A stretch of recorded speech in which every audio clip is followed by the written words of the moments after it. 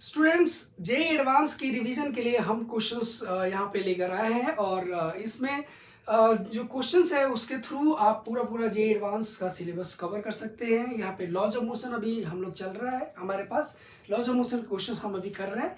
इसके जो पहले के पार्ट्स है, यानी कि इससे पहले 4 पार्ट्स हम कर चुके हैं और ये 5वां पार्ट है। उसके लॉज ऑफ मोशन को आप रिवाइज कर सकते हैं। सारे क्वेश्चंस एडवांस लेवल के मल्टी करेक्ट हैं, क्योंकि more than one correct answer आपको मतलब इस तरह क्वेश्चंस मिलेंगे जिसमें मोर देन वन आंसर्स रहेंगे। ओके, सही रहेंगे। तो अगर आपने हमारे चैनल को सब्सक्राइब नहीं किया अभी तक तो प्लीज़ हमारे चैनल को सब्सक्राइब कर दीजिए, वन ड्रीम इंस्टीट्यूट को, और अपने दोस्तों में भी इसको फॉरवर्ड कर दीजिए जिससे कि वो भी इसका फ़ायदा उठा पाए। ये सारे के सारे क्वेश्चंस काफ़ी अच्छे क्वेश्चंस हैं और आपके लिए काफ़ी आपके कॉन्सेप्ट को इन्हांस करने के लिए, कॉन्सेप्ट को क्लियर करने के लिए बहुत ही अच्छा रहेगा। एडवांस में आप अच्छे स्कोर कर सकते हो। राइट, स्टार्ट करते हैं यहाँ पे। अब ये क्वेश्चन भी है, ये क्वेश्चन आपको फ्रिक्शन का जो कॉन्सेप्ट है उसको क्लियर करने के लिए काफ़ी अच्छा क्वेश्चन है और फ्रिक्शन का पूरा कॉन्सेप्ट इसमें क्लियर हो जाएगा। देखते हैं क्या है।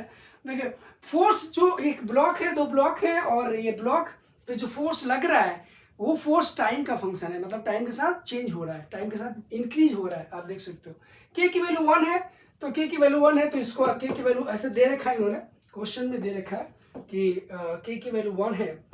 राइट, के की वैल्यू 1, तो मास इसका जो है दे रखा है a/2, इसका भी मास जो है 1/2 दे रखा है और इसका भी मास जो दे रखा है 1/2, और ये के की वैल्यू रखोगे 1 तो ये t के बराबर आ जाएगा।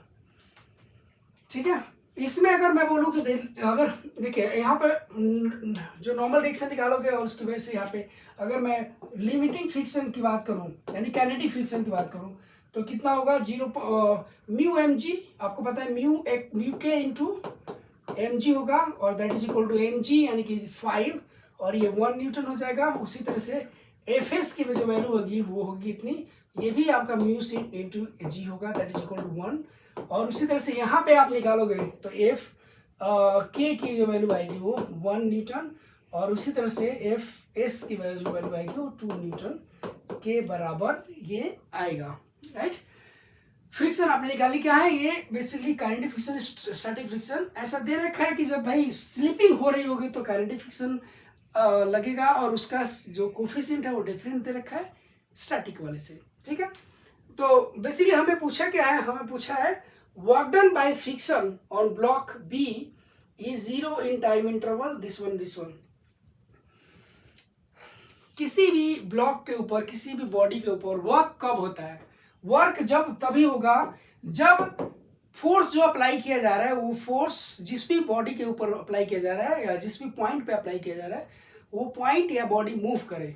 जब वो बॉडी मूव ही नहीं करेगी तो वर्क डन क्या होगा, यानी कि एफ डॉट एस है ना, एफ डॉट एस, ओके, यानी कि एफ एस कॉस थीटा। जब डिस्प्लेसमेंट उस फोर्स के अंडर में डिस्प्लेसमेंट होगा तभी वर्क डन होगा। उस बॉडी, किसी भी बॉडी पे अगर फोर्स लगाया जा रहा है और उस बॉडी में डिस्प्लेसमेंट हो रहा है, ओके, डिस्प्लेसमेंट हो रहा है तभी जाके ये वर्क डन होगा। अगर डिस्प्लेसमेंट होगा ही नहीं, भले ही फोर्स लगाओ वो डिस्प्लेसमेंट नहीं है तो फिर वर्क डन कितना, 0 होगा। ओके, अब देखते हैं कि यहाँ पे वर्क डन बाय फ्रिक्शन, तो इससे इस इंटरवल में क्या है, इस इंटरवल में बात करूं तो इस इंटरवल में अगर बात करें, देखिए इसमें फोर्स बढ़ता चला जाएगा। फोर्स यहाँ पे आपने लगाया और फोर्स टाइम के साथ बढ़ रहा है, टी इक्वल टू 0 पे 0 होगा, टी इक्वल टू 1 पे 1, 2 सेकेंड पे 2 न्यूटन, 3 सेकेंड पे 3 न्यूटन होगा। राइट, अब जैसे यहाँ पे फोर्स आप लगाओगे 1 न्यूटन, तो 1 न्यूटन लगाओगे तो क्या होगा, ये फ्रिक्शन, स्टैटिक फ्रिक्शन ये क्या करेगा, अपोज करेगा। तो भाई इधर 1 न्यूटन लगा लेकिन इधर की मैक्सिमम स्टैटिक फ्रिक्शन कितना हो सकता है, 2 हो सकता है, ये मूव नहीं करेगा। तो और आपने फोर्स बढ़ाया 2 सेकेंड पे ये 2 न्यूटन हो गया, लेकिन इधर की तरफ ये स्टैटिक फ्रिक्शन की मैक्सिमम वैल्यू 2 लग सकती है, तो अभी भी ये मूव नहीं करेगा। लेकिन हाँ, मूव करने की टेंडेंसी आ गई है, मतलब अभी मूव करने को है। लेकिन जैसे इसके बाद और फोर्स ये बढ़ेगा तो फोर्स जैसे बढ़ेगा तो इसमें टेंशन आना शुरू हो जाएगा, मतलब ये टेंशन रोक देगा, इसको टेंशन मूव नहीं करेगा। भाई ये फोर्स तो बढ़ते बढ़ते इतना हो गया कि इस स्टैटिक फ्रिक्शन को ओवरकम कर पाए, लेकिन क्योंकि टेंशन ही इधर है तो टेंशन ये इसको मूव नहीं करने देगा।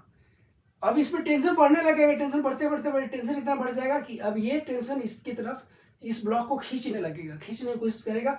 जब ये खींचेगा तो इधर फिर से इधर फ्रिक्शन, स्टैटिक फ्रिक्शन इसको रोकेगा, स्लिपिंग को अपोज करता है, रिलेटिव मोशन को अपोज करता है फ्रिक्शन। तो ये स्लिपिंग को अपोज करेगा, नहीं मूव करने देगा। फिर क्या होगा, और ये वैल्यू बढ़ती जाएगी, तो एक टाइम आएगा जब ये फोर्स इतना ज्यादा हो जाए कि इसके भी फ्रिक्शन और इसके भी फ्रिक्शन को ओवरकम कर पाए, यानी कि उससे ज्यादा लग जाए। मतलब बोलने का ये है कि आपको अगर मैं बात करूं तो ये देखिए किस यहाँ पे अगर भाई ये मूव पूरा कब करेगा भाई, ये तो टेंशन तो इंटरनल फोर्स हो जाएगा, इसको इंटरनल मानो अपना, ठीक है ना, इसको तो इंटरनल मानो। तो ये मूव कब करेगा, दोनों को सिंगल बॉडी मान लेता हूँ, एफ है ये, एफ इक्वल टू टी। और इस पे मैक्सिमम, इस पे लिमिटिंग फ्रिक्शन कब कितना लग सकता है, यहाँ पे 2 न्यूटन, और यहाँ पे ये स्टैटिक फ्रिक्शन ये 1, ये पीछे की तरफ लग सकता है। ओके, तो ये एफ की वैल्यू जो होगी वो 3, एफ की वैल्यू जब तक 3 नहीं होगी, एफ की वैल्यू 3 से ज्यादा होगी तभी ये पूरा सिस्टम मूव करेगा, नहीं तो नहीं करेगा। इसका मतलब है कि एफ की वैल्यू कितना होना चाहिए, टी, एफ की वैल्यू टी, तो दिस इज 3, ओके। तो 3 सेकेंड पे ही ये पूरा सिस्टम मूव करना शुरू करेगा, उससे पहले नहीं करेगा। उससे पहले यानी कि टी इक्वल टू 0 से 3 सेकेंड तक ना तो इसका मूवमेंट हो रहा है ना इसका मूवमेंट हो रहा है, ना ये डिस्प्लेस हो रहा है ना ये डिस्प्लेस हो रहा है। जब ये डिस्प्लेसमेंट हो ही नहीं रहा तो ये फ्रिक्शन लग तो रहा है, ये फ्रिक्शन लग तो रहा है, ये फ्रिक्शन, लेकिन ये फ्रिक्शन वर्क डन कितना करेगा, 0। ये फ्रिक्शन लग तो रहा है लेकिन ये फ्रिक्शन वर्क डन कितना करेगा, 0, क्योंकि डिस्प्लेसमेंट 0 हो गया। ओके, डिस्प्लेसमेंट 0 हो गया, तो ये आपका कितना है, वर्क डन जो होगा 0 होगा। देखिए work done is 0, work done 0 है, सही बात है। ओके, उसके बाद work done by friction force on block A is 0 in time interval T equal to 0। Of course बिल्कुल सही बात है कि ये 0 से 3 सेकंड तक सिस्टम का डिस्प्लेसमेंट नहीं हुआ, किसी भी ब्लॉक, इस ब्लॉक या उस ब्लॉक का डिस्प्लेसमेंट नहीं हुआ, तो वर्क डन कितना होगा, 0 होगा। ये भी बात सही है जो कि मैं बता चुका हूँ। आप यहाँ देख सकते हो F equal to F into S cos theta होती है, और यहाँ पे एफ की वैल्यू क्या है, एफ, यहाँ पे एफ डिस्प्लेसमेंट आपका, यहाँ पे एफ एस है, ये एफ एल है basically, F L limiting friction, और into S cos theta. Okay, जब डिस्प्लेसमेंट 0 है तो 0 है तो वर्क डन 0 होगा ना, बिल्कुल।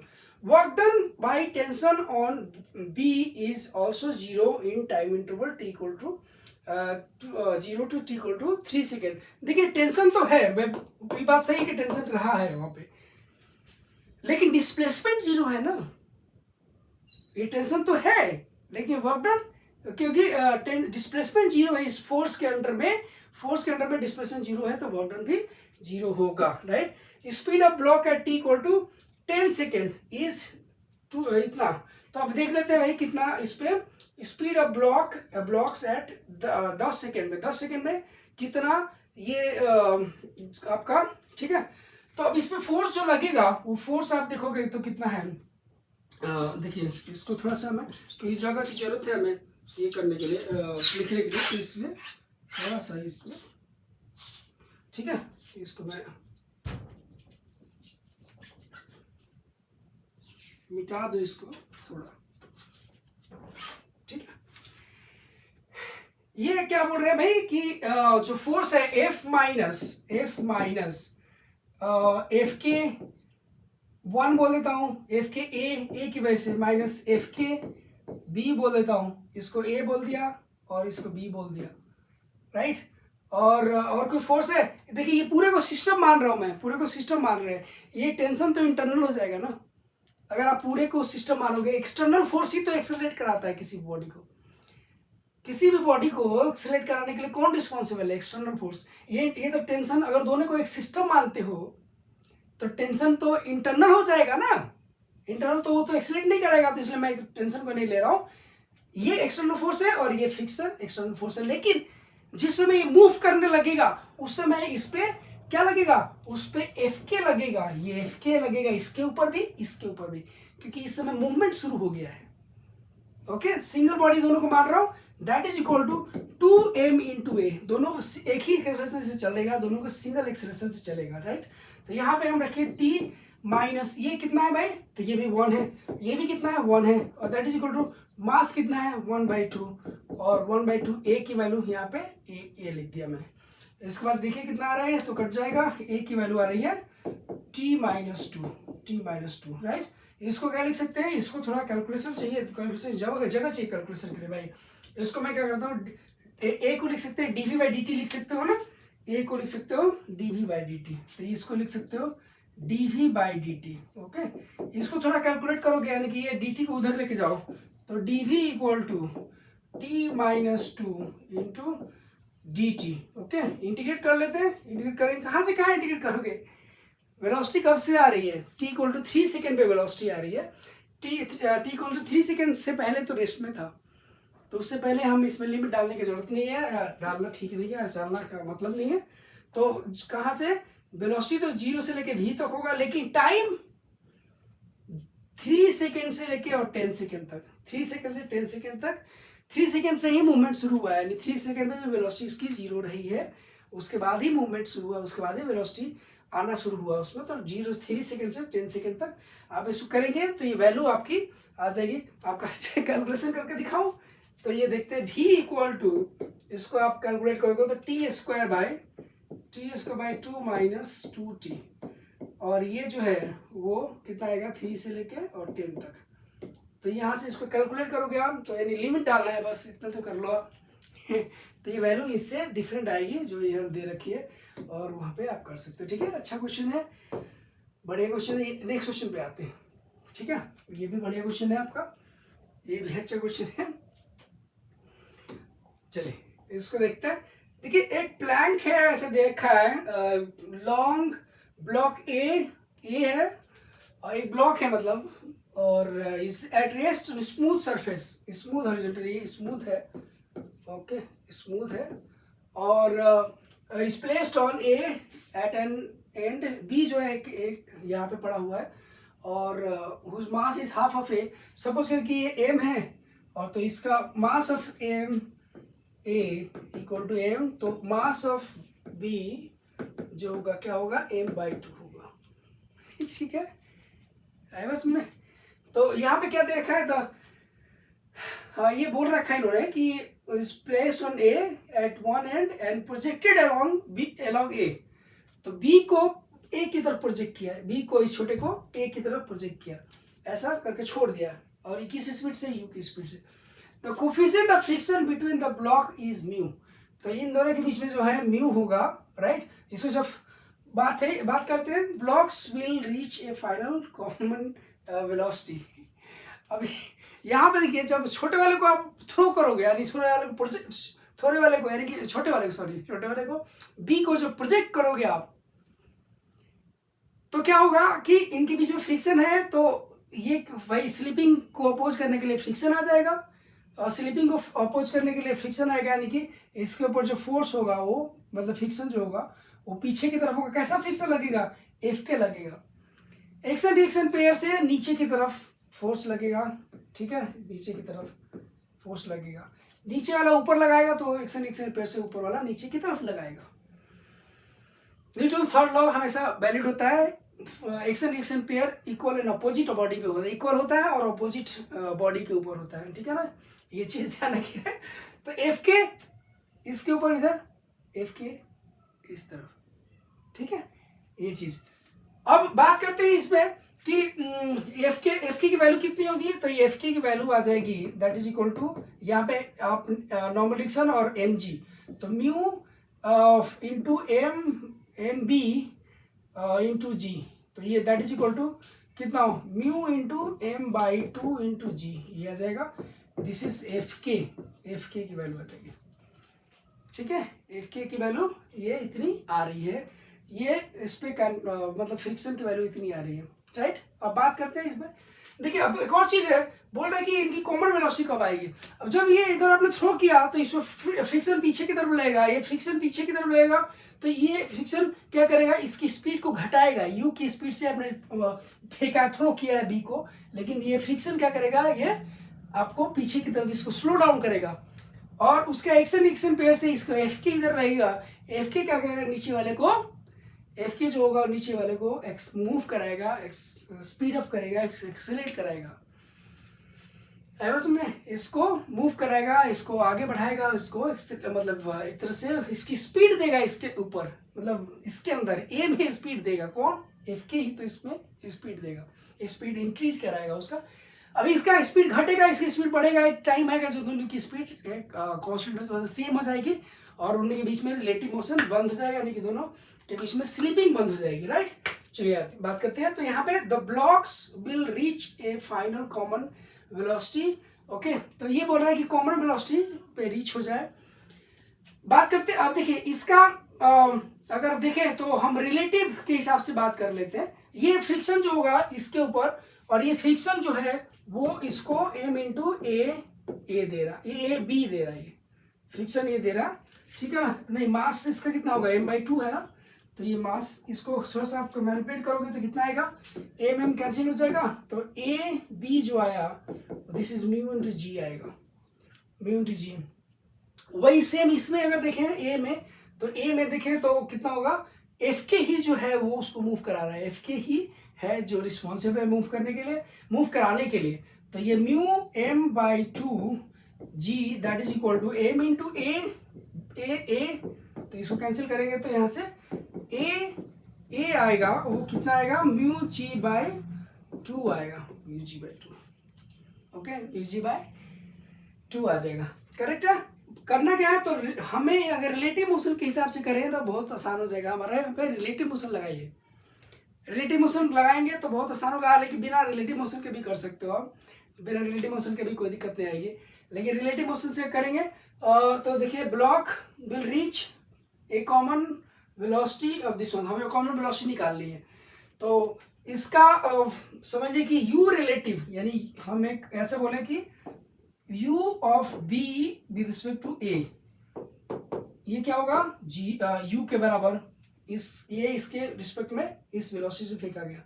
उसके बाद a of b with respect to a that is equal to एक b का और इसके रिस्पेक्ट में, तो this is equal to mu G minus mu G by 2, और दैट इज इक्वल टू एक और चीज है, देखिए ध्यान रखिए, एक और चीज, ये इसका एक्सेलरेशन इधर की तरफ होगा तो हमें माइनस लगाना चाहिए, और इसका एक्सेलरेशन किधर होगा, इसका एक्सेलरेशन इस तरफ होगा तो प्लस रहेगा। ये प्लस माइनस यहाँ पे काम करेगा, आगे चल के प्लस माइनस काम करेगा। यहाँ पे एक्सेलरेशन ऑफ v माइनस होगा और माइनस ऑफ ये आपका, तो ये कितना होगा, 3 म्यू जी बाई 2 होगा। ये चीज आपका यहाँ पे काम आने वाला है। ओके, ये काम आने वाला है।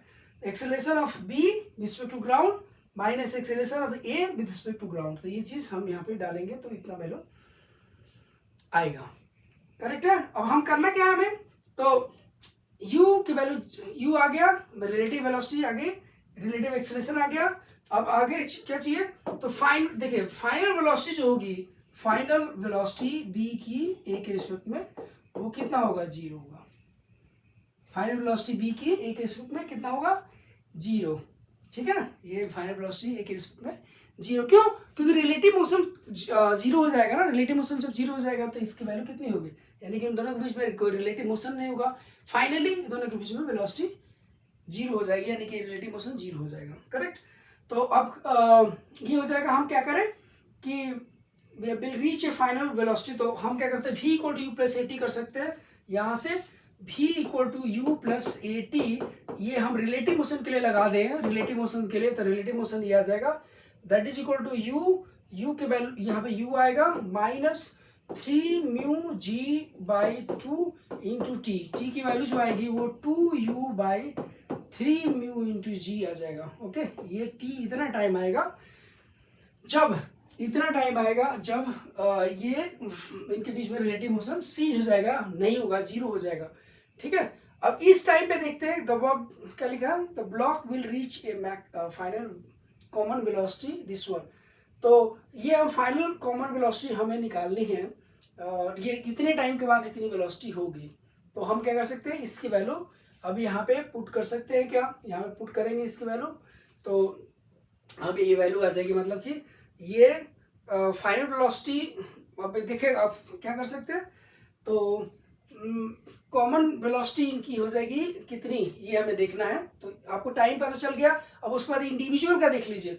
इंडिविजुअल का यानी कि मैं बी का देखता हूँ, बी का तो फाइनल वेलोसिटी इसकी फिर से v को यूप्रेसिटी लगाऊंगा। Final velocity v of b that is equal to initial velocity u, उसको पॉजिटिव ले रहा हूँ, माइनस एक्सेलरेशन इस तरफ है इसका, तो म्यू g इंटू टी, ये लेके आऊंगा 2u by 3 mu ji, okay.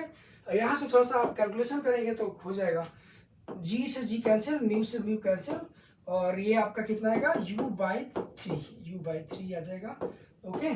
तो v b equal to mu by, आपका ये सही है बिल्कुल ठीक है, सही है। यानी कॉमन वेलोसिटी आपकी वेलोसिटी कॉमन वेलोसिटी आएगी वो इतने टाइम के बाद, और उसकी वैल्यू कितनी होगी, इतनी वेलोसिटी होगी। अब अगला आते हैं, the work done against friction is 2/3 of initial kinetic energy of B. तो उसके लिए क्या करेंगे आप, इसका इनिशियल काइनेटिक एनर्जी निकाल लीजिए और उसके बाद इनकी फाइनल काइनेटिक एनर्जी निकाल लीजिए, ठीक है, फाइनल काइनेटिक एनर्जी।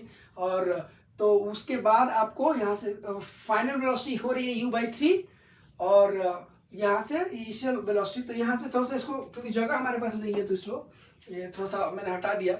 अब आपको एक चीज़ पता है कि v जो होगा मतलब कॉमन वेलोसिटी वो होगी कितनी, u/3।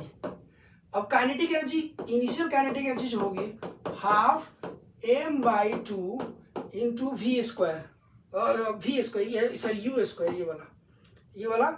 उसके बाद k फाइनल की जो वैल्यू आएगी that is equal to half into यानी कि इसकी m into v square, final velocity आएगी यानी कि u स्क्वायर बाई 9। तो ये आएगा आपका कितना, this is equal to m/4 u square, this is equal to ki आएगा, ठीक है। k फाइनल आएगा इतना, k फाइनल यानी कि k final equal to 1/18 into m into U square, okay. ये इसको आप अगर थोड़ा सा ये चेंज देखोगे कि कितना लॉस हुआ था, work done against friction is 2/3 of the initial, यानी कि लॉस कितना है, तो लॉस जो होगा this is equal to the work done against, जो वर्क डन अगेंस्ट फ्रिक्शन वही होगा जो काइनेटिक एनर्जी में लॉस होगा। काइनेटिक एनर्जी में लॉस कितना होगा, तो k initial minus k final करिए, k initial minus k final, और यहाँ से आपको आ जाएगा, और ये आपको वैल्यू समझ में आएगी कि इसके कितने पार्ट में होगा। यानी कि अगर आप इसको करोगे तो k इनिशियल है भाई कितना, half 1/4 mu square minus 1/18 mu square. इसको करोगे तो आपको फाइनली ये जो है आपको दिख जाएगा, right, 2/3 of the kinetic energy पता चल जाएगा आपको। Before the block reach a common velocity the acceleration of A relative to B is, तो रिलेटिव टू बी, अब एक्सेलरेशन ऑफ ए कितना था भाई, एक्सेलरेशन ऑफ, देखिए इसका एक्सेलरेशन कितना था, एक्सेलरेशन इसका तो mu M G m/2g that is equal to m into A B m/2। तो यहाँ से ए बी का एक्सेलरेशन आ जाएगा, this is mu into G, okay. और उसी तरह से आपका ए का कितना आया था, तो वो सेम फ्रिक्शन लगेगा mu m/2g that is equal to M ये क्या है एम जी, इसको एक्सेलरेशन देगा m इंटू ए, राइट। यहाँ से आप कैलकुलेट कर सकते हो, तो A that is equal to μ/2g ये आएगा, राइट। अब रिलेटिव मोशन आपको निकालना है, रिलेटिव मोशन किसका, तो द एक्सेलरेशन ऑफ, अच्छा एक और चीज ध्यान रखना कि ये ऊपर ये प्लस होगा और ये माइनस होगा, ये माइनस होगा क्योंकि इसमें फ्रिक्शन भाई ये इसमें फ्रिक्शन इस तरफ होगा और इसकी सॉरी इस पे फ्रिक्शन जो होगा वो माइनस होगा और इस पे फ्रिक्शन प्लस होगा, राइट। मैं इधर को पॉजिटिव ले रहा हूँ, इसको पॉजिटिव ले रहा हूँ, तो इसलिए मैं उसके हिसाब से साइन लगा रहा हूँ। अब हमें क्या चाहिए, acceleration of A relative to B, acceleration of A relative to B that is equal to A minus A B, यानी कि आप देख लीजिए करके μ/2g माइनस उसका म्यू इंटू जी, और ये माइनस साइन का ध्यान जरूर रखना, नहीं तो गड़बड़ हो जाएगा, प्लस होगा, माइनस माइनस इसका माइनस माइनस माइनस प्लस हो जाएगा, तो 3/2 म्यू इंटू जी, ओके सही। यहाँ पे 3/2 ये वाला ये सही होगा, राइट। तो ये जो सही हो जाएंगे आप ओके। यहाँ से आप आसानी से कर सकते हो। नेक्स्ट क्वेश्चन पे चलते हैं, नेक्स्ट क्वेश्चन पे चलते हैं, राइट। आइए इस पे, ये भी एक अच्छा क्वेश्चन है, शानदार क्वेश्चन है, ठीक है। इसको आप करोगे तो इससे काफ़ी चीज़ें क्लियर होंगी, बहुत कॉन्सेप्ट इसका आपको क्लियर कर देगा आपका। यहाँ पे एक ऐसे दे रखा है इन्होंने, right, a strip of wood of mass capital M and length, इसका लेंथ दे रखा है कितना एल और मास कितना दे रखा है capital M, is placed on a smooth surface, ये सरफेस स्मूथ है, horizontal surface space, an insect of mass small m starts at one end of the strip and walk to the other end in time t। तो एक insect है इसके ऊपर और ये इसका मास है स्मॉल m, वो क्या करता है यहाँ से यहाँ पे चलता है कितने टाइम में, t टाइम में।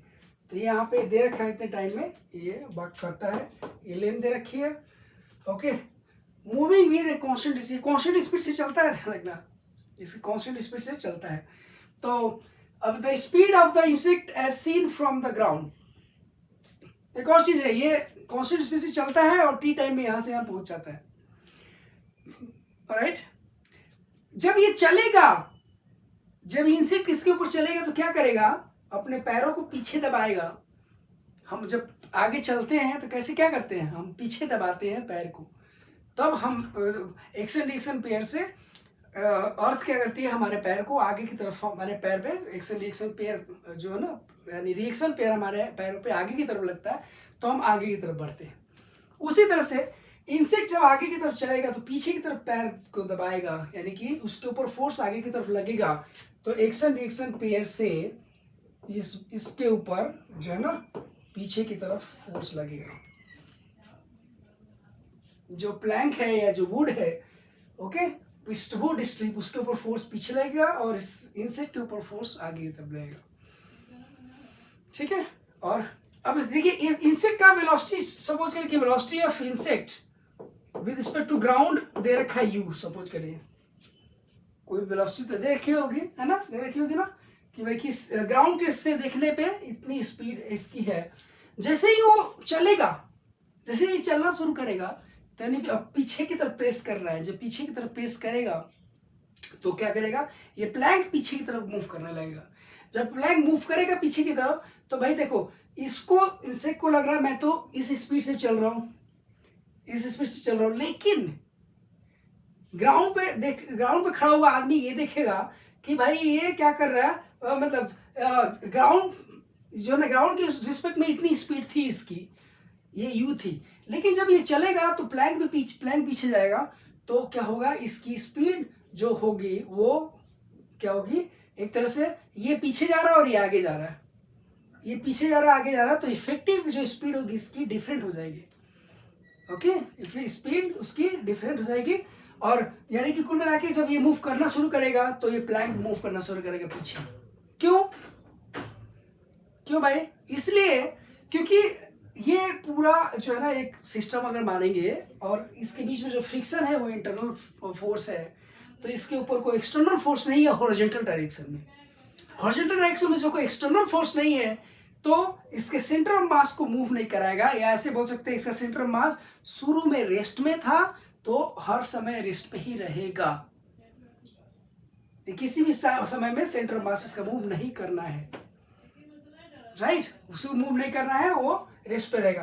तो इसका क्या मतलब है कि इसका मतलब यही है कि जब ये चलना शुरू करेगा तो प्लैंक को भी पीछे चलना, मूव करना जरूरी है, तभी सेंटर ऑफ मास रेस्ट पे रह पाएगा। मतलब वेलोसिटी ऑफ क्या है, strip wood with respect to ground that is equal to क्या, v मान लेता हूं, लेकिन ये ध्यान रखिए ये किधर है, माइनस पीछे की तरफ जा रहा है, ओके, ये इस तरफ जाएगा u की स्पीड से, और ये जो है जाएगा वो क्या, इसकी स्पीड से, तो ये v की स्पीड से जाएगा, मैग्नीट्यूड, राइट। अब आते हैं, बात करते हैं, अब देखिए इसको, ये इंसेक्ट l डिस्टेंस कवर करना है इसको, तो क्या करेगा भाई, इसके रिस्पेक्ट में हमें वेलोसिटी निकालनी पड़ेगी, स्पीड इसकी वेलोसिटी इस वुड के रिस्पेक्ट में, स्ट्रिप के रिस्पेक्ट में निकालनी पड़ेगी। मतलब velocity of insect with respect to इस विद रिस्पेक्ट टू क्या, विद रिस्पेक्ट टू वुड निकालेंगे, और that is equal to velocity of insect minus velocity of wood, ये आएगा with respect to ground, with respect to ground, और that is equal to यहाँ पे क्या होगा u minus of minus v, और that is equal to u plus v, ये आएगा। ये क्या है, ये वेलोसिटी है, वेलोसिटी किसकी, इंसेक्ट की विद रिस्पेक्ट टू वुड। अब ये कितना, इस वुड के ऊपर कितना डिस्टेंस चल रहा है, ये डिस्टेंस चल रहा है l, तो आपको टाइम कितना लग जाएगा, टाइम उसको लगेगा दैट इज होता है जो डिस्टेंस चलेगा l, और डिवाइडेड बाई कितना स्पीड है उसकी, तो u प्लस v, इतना टाइम उसको लगेगा इस प्लैंक पे चलने में। अब आप यहाँ पे देख सकते हो कि देखिए यहाँ पे क्या चाहिए हमें, the speed of insect as seen from the ground, इसको कौन सा था, स्पीड ऑफ इंसेक्ट u था, तो हमें u निकालना है यहाँ से। तो बेसिकली मैं क्या करूंगा कि यहाँ से u निकालूंगा, यानी कि कैसे क्या करूँ भाई, u plus v that is equal to l by T, और दैट इज इक्वल टू यहाँ पे क्या मिलेगा भाई, u equal to l by T minus v, l by T minus v यहाँ पे आ जाएगा, करेक्ट है। अब एक चीज देखिए कि u की वैल्यू क्या है, u की वैल्यू इससे थोड़ी कम है, इसमें कुछ आपने सब्ट्रैक्ट किया, इसमें कुछ सब्ट्रैक्ट किया, घटाया है, तब जाके ये मिला है। मतलब कि ये speed of insect as seen from the ground यानी u is less than l by T, बिल्कुल सही है। l बाई टी में कुछ घटाओगे तब तो ये मिल रहा है, यानी कि ये u जो होगा इज लेस देन, मतलब यहाँ पे जो स्पीड होगी इससे कम होगी, l बाई टी से कम होगी, ठीक है, उसमें कुछ घटाया तब तो मिला आपको, तो ये सही है बिल्कुल। नेक्स्ट है speed of the strip as seen from the ground. अब हमें नेक्स्ट वाला क्या चाहिए, नेक्स्ट हमें चाहिए भी चाहिए, ग्राउंड से जब आपने देखा कौन सा क्या चाहिए, हमें भी चाहिए ना। तो नेक्स्ट हमारा काम क्या है, भी निकालना। कैसे भी निकाल सकते हैं, तो एक और चीज देखिएगा, एक और दूसरा चीज, मतलब आपके पास दो अननोन हो गए ना, एक u और एक भी, दो अननोन हो गए, राइट। ऐसा तो है नहीं कि दे रखा है आपको, पहले से दिया नहीं ना, तो दो अननोन हो गए। तो एक चीज आपको यहाँ पे एक इक्वेशन मिल गई आपको, हमें एक चीज मिल गया हमें, ठीक है, एक इक्वेशन मैं मान लेता हूँ। दूसरा क्या है, दूसरा हमारा दूसरा ले लेता हूँ मैं, दूसरा इक्वेशन लानी पड़ेगी आपको, दो इक्वेशन लानी पड़ेगी, तभी आप यहाँ पे कर पाएंगे, ठीक है। आप बताइए कि इस पर कोई एक्सटर्नल फोर्स, पूरे सिस्टम में कोई एक्सटर्नल फोर्स है क्या, हॉरिजॉन्टल डायरेक्शन में नहीं है, हॉरिजॉन्टल डायरेक्शन में कोई भी एक्सटर्नल फोर्स नहीं है। इसका मतलब कि लीनियर मोमेंटम कंजर्व कर सकते हैं हॉरिजॉन्टल डायरेक्शन में, लीनियर मोमेंटम कंजर्व कर सकते हैं हॉरिजॉन्टल डायरेक्शन में ग्राउंड के रिस्पेक्ट में। मतलब कि आप क्या इक्वेशन लिख सकते हैं, इक्वेशन में लिख सकता हूं कि conservation of momentum, by conservation of momentum equation जो लिख सकता हूं, इसका स्मॉल m इंटू यू, ये ग्राउंड के रिस्पेक्ट में है, मैं ग्राउंड के रिस्पेक्ट में इक्वेशन लिख रहा हूं, तो m इंटू यू तो ग्राउंड के रिस्पेक्ट में है, तो small m into u that is minus, इसका क्या है, इसका अपोजिट डायरेक्शन में, तो minus m into v that is equal to zero, तो यहां से आप क्या करेंगे, m इंटू, हमें क्या चाहिए, हमें चाहिए स्पीड ऑफ स्ट्रिप यानी v चाहिए, तो m into v equal to m into u, ऐसे। अब u की वैल्यू यहाँ से प्लेस कर सकते हैं क्या, u की वैल्यू यहाँ से प्लेस कर दीजिए, प्लेस करेंगे ये चीज आपकी आ जाएगी, ठीक है, ये चीज। बाकी उसके बाद आप देख सकते हैं स्ट्रिप, जब ये सही है तो ये सही नहीं होगा। और उसके बाद टोटल काइनेटिक ऑफ सिस्टम, इसका इंडिविजुअल निकाल लीजिए, हाफ m u स्क्वायर और इसका half capital M v square, और उसको निकाल के देखेंगे तो ये आपको इससे मैच, शायद ये मैच इससे करेगा, इसकी सही नहीं होगा, ठीक है। यहाँ तक होपफुली आपको कोई दिक्कत नहीं आने वाली है, बिल्कुल ओके, अच्छा क्वेश्चन है। नेक्स्ट क्वेश्चन करते हैं ये वाला, ठीक है। नेक्स्ट क्वेश्चन देख लीजिए एक बार, दो ब्लॉक्स है, इंक्लाइन प्लेन में रखे हुए हैं, इंक्लाइन प्लेन कुछ थीटा है। जब हम फ्रिक्शन पढ़ते हैं, ओके, सब हम फ्रिक्शन पढ़ते हैं तो एक टर्म आता है एंगल ऑफ रिपोज, आता है ना, मतलब ये इंक्लाइन प्लेन है, इसको हम क्या करते हैं, इसको जैसे ये इंक्लाइन प्लेन है और ये इस इंक्लाइन प्लेन को मैं उठा रहा हूँ, मैं इस इंक्लाइन प्लेन को उठा रहा हूँ, तो और इसके ऊपर ब्लॉक रखा हुआ है, तो जब मैं उठाऊंगा, हॉरिजॉन्टल है, अब दो ब्लॉक रखे हुए हैं तो इनके बीच में आपस में कोई कॉन्टेक्ट, नॉर्मल रिएक्शन नहीं रहेगी। भले ही अगर ये मैं बोलता हूँ कि ये ऐसा बोलता हूँ कि एक हॉरिजॉन्टल डायरेक्शन हॉरिजॉन्टल है, बिल्कुल एंगल ऑफ रिपोज का कॉन्सेप्ट यहाँ पे आपको अगर कॉन्सेप्ट क्लियर है तो राइट। तो ए और बी अगर है, इनके बीच में कोई नॉर्मल रिएक्शन नहीं लगता, लेकिन जैसे जैसे आप एंगल इंक्रीज करेंगे तो क्या होगा, एक टाइम आएगा जब इनमें स्लिपिंग की टेंडेंसी आती है, और स्लिपिंग टेंडेंसी जब आएगी तभी ये क्या करेंगे, स्लिप मतलब तभी फ्रिक्शन आना शुरू होगा, तभी फ्रिक्शन का रोल शुरू होगा, उससे पहले फ्रिक्शन का कोई रोल नहीं रहेगा। अब वो एंगल ऑफ रिपोज का क्या मतलब है, वो कितना मैक्सिमम एंगल होगा, यानी कितना वो मैक्सिमम एंगल जब तक कि कोई ब्लॉक स्लिप ना करे इसी इंक्लाइन प्लेन से, यानी वो एंगल ऑफ रिपोज जो होगा वो मैक्सिमम एंगल जब तक कि कोई ब्लॉक उस पर रखा हुआ ब्लॉक जो है ना वो स्लिप ना करे, वो ब्लॉक स्लिप नहीं करे, तो वो मैक्सिमम एंगल को बोलते हैं एंगल ऑफ रिपोज। ओके, तो यहाँ से उसको दूसरे तरीके से भी बोलते हैं कि वो मिनिमम एंगल जिसके बाद ये स्लिप करना शुरू हो जाए। दोनों लैंग्वेज अलग अलग कर सकते हो, तो करने पे आपका आ जाएगा राइट। अब ये ब्लॉक मतलब ये कब कितने एंगल के इंक्लाइन पे स्लिप करना शुरू करेगा, ये डिपेंड करता है कि आप कितना उसका एंगल ऑफ रिपोज कैसे निकाल रहे हो। तो आपको पता है एंगल ऑफ रिपोज कैसे निकालते हैं, अलग अलग ऑब्जेक्ट के लिए अलग अलग हो सकता है। tan theta equal to mu, okay. अब tan theta equal to mu, तो म्यू की वैल्यू वहां पे यहाँ पे tan theta 1 that is equal to mu, mu कितना है 1 के बराबर, तो थीटा की वैल्यू कितनी होगी 45 डिग्री। 45 डिग्री किसके लिए, तो ये ए के लिए, ओके। तो ये ए के लिए 45 डिग्री अगर होगा तो ये स्लिप करना शुरू करेगा, किसके लिए, ए के लिए, ओके। तो ये थीटा ए बोल देता हूँ। उसी तरह से सेम तरीका लगा के मैं थीटा बी निकालूंगा, और ये जो होगा वो 30 डिग्री आएगा राइट। यहाँ से आप देख सकते हो ये इतना tan theta 2 equal to 1/√3। As the inclination of the plane theta with respect to horizontal increases, choose the, जैसे जैसे थीटा ये बढ़ेगा, ओके, कब ये स्लिप करना शुरू करेगा, ए तब स्लिप करना शुरू करेगा, ए तब स्लिप करना शुरू करेगा जब ये एंगल ऑफ रिपोज के बराबर पहुंचेगा, यानी 45 डिग्री जैसे ये इंक्लाइन होगा ये स्लिप करना शुरू करेगा, उससे पहले नहीं। और देखिए ये क्या होगा थीटा बी, यानी कि ये कब स्लिप करना शुरू करेगा, जब ये एंगल 30 डिग्री पहुंच जाए तभी ये स्लिप करने का टेंडेंसी आ जाएगा, लेकिन ये वाला स्लिप नहीं करेगा जब तक कि 45 डिग्री नहीं आ जाए, ओके।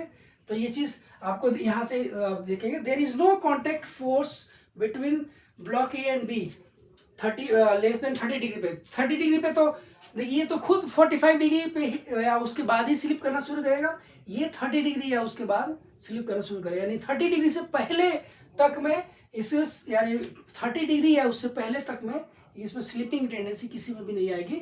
इसका मतलब जब स्लिपिंग टेंडेंसी नहीं है तो इनके बीच में फ्रिक्शन क्या होगा, इनके बीच में फ्रिक्शन मतलब स्लिपिंग टेंडेंसी ही नहीं है तो भाई ये कांटेक्ट उसके बीच में होगा ही नहीं, कांटेक्ट होते हुए भी उनके बीच में नॉर्मल रिएक्शन 0 होगा right. There is no contact, यानी कि उनके बीच में कांटेक्ट एक तरह से नहीं होगा, नॉर्मल रिएक्शन 0 होगा। There is no contact force between block A and B as theta is less than 45 degree. गलत बात है, देखिए ये 45 पे स्लिप होना शुरू करेगा, लेकिन ये 30 के बाद ही स्लिप करना शुरू हो जाएगा, तो इनके बीच में एक रहेगा कांटेक्ट फोर्स, मतलब उनके बीच में कांटेक्ट रहेगा। As m1 is greater than m2, both the blocks move together, right? अगर ये ज्यादा है और इससे कम है तो ये मूव करना शुरू करेगा दोनों साथ में, ठीक है, ये क्लियर है ये चीज। उसके बाद they start moving at an angle of this one. अब ये मूव कब करेंगे, यानी किस एंगल पे मूव करना शुरू करेंगे, तो देखिए मैं बोलता हूँ कि दोनों देखिए जब भी ये मूव करेगा तो इस पे लिमिटिंग फ्रिक्शन लगेगा, इस पे भी लिमिटिंग फ्रिक्शन लगेगा। लिमिटिंग फ्रिक्शन से पहले ये नहीं ये करेगा, लिमिटिंग फ्रिक्शन से पहले ये नहीं स्लिप करेगा, यानी कि इस पे फ्रिक्शन, इस पे भी फ्रिक्शन, ओके। ये बोलता हूँ कि ये FL1 है और FL2 है, और ये इसका फ्रिक्स ये जो ना, तो ये इस तरफ और ये इस तरफ राइट। तो यहाँ पे क्या होगा कि जो फोर्स आएगा, देखिए यहाँ पे बात करूँ अगर 2 ब्लॉक्स हैविंग सेम मास, तो इस पे जो आएगा mg और इस पे भी mg आएगा, ठीक है। तो ये वाला कंपोनेंट जो आएगा m g cos sine theta, और ये वाला भी m g sine theta. Okay, तो जब तक ये दोनों इन दोनों मतलब ये फ्रिक्शन के सम से बड़ा ना हो तब तक ये मूव नहीं करेगा। मतलब इन दोनों का समेशन जो होगा, दोनों का जो नेट फोर्स होगा, दो ये दोनों का जो सम करोगे, दोनों का ऐड करोगे, दोनों का जो रिजल्टेंट होगा वो फ्रिक्शन की वैल्यू से ज्यादा होगा, तभी ये इधर मूव करेगा। ठीक है, मतलब क्या है इसका कि ये एम जी साइन थीटा और ये m g sine theta, 2mg sine theta, ये किसके बराबर, तो FL1 plus FL2। Okay, FL2, और ये किसकी वैल्यू कितनी है, FL2, यानी कि FL की वैल्यू जो होगी that is equal to mu into n, और नॉर्मल डिक्शन की वैल्यू कितनी है, mg cos थीटा। ओके, यानी कि यहाँ पे वैल्यू पुट करेंगे 2 mg cos, नहीं लेकिन μ1 μ2 अलग अलग है ना, तो यहाँ पे हमें उसके हिसाब से थोड़ा अलग लेके चलना पड़ेगा। ठीक है, मतलब कि यहाँ पे पहले वाले के ये आएगा और FL2 that is equal to μ2 mg cos theta के बराबर, तो दोनों को ऐड करेंगे आप, म्यू mg cos थीटा 1 μ1 और प्लस μ2 mg cos थीटा, तो यानी कि इसमें आप mg कैंसिल करोगे तो क्या आएगा, 2 sin theta that is equal to μ1 plus μ2 वो आएगा इंटू cos थीटा आएगा। ओके, cos थीटा आएगा, और इसको थोड़ा सा यहाँ पे ये डिवाइड करोगे तो tan थीटा आ जाएगा, तो tan theta that is equal to μ1 plus μ2 by 2। तो यहाँ से क्या आएगा, यहाँ से tan थीटा की वैल्यू जो आ जाएगी आपकी tan इनवर्स μ1 प्लस μ2 बाई 2 आ जाएगा, राइट, ये आ जाएगा करेक्ट। तो यहाँ से आपको देख सकते हो कि ये ऑप्शन सही है। ओके, यहाँ से आप इसको सॉल्व करके मतलब इसको देख सकते हो, यहाँ हटा देता हूँ, राइट। ये सारे क्वेश्चन काफ़ी अच्छे हैं, और अगर आप इसको करते हो तो इसका आपका बहुत ही अच्छा स्कोर आ सकता है IIT एडवांस में। ओके, और इसी तरह के क्वेश्चंस ना हमने जो इसके पहले जो चैप्टर्स हैं, यानी कि यूनिट डायमेंशन मेजरमेंट, और उसके बाद कायरेमेटिक्स, उसमें भी हमने अच्छे अच्छे क्वेश्चंस दिए हैं। हमारे सारे पार्ट्स अवेलेबल हैं फ्री ऑफ कॉस्ट यूट्यूब पे। आप इसको सब्सक्राइब करिए हमारे चैनल को, अपने दोस्तों को बोलिए सब्सक्राइब करने के लिए, उनको फॉरवर्ड करिए।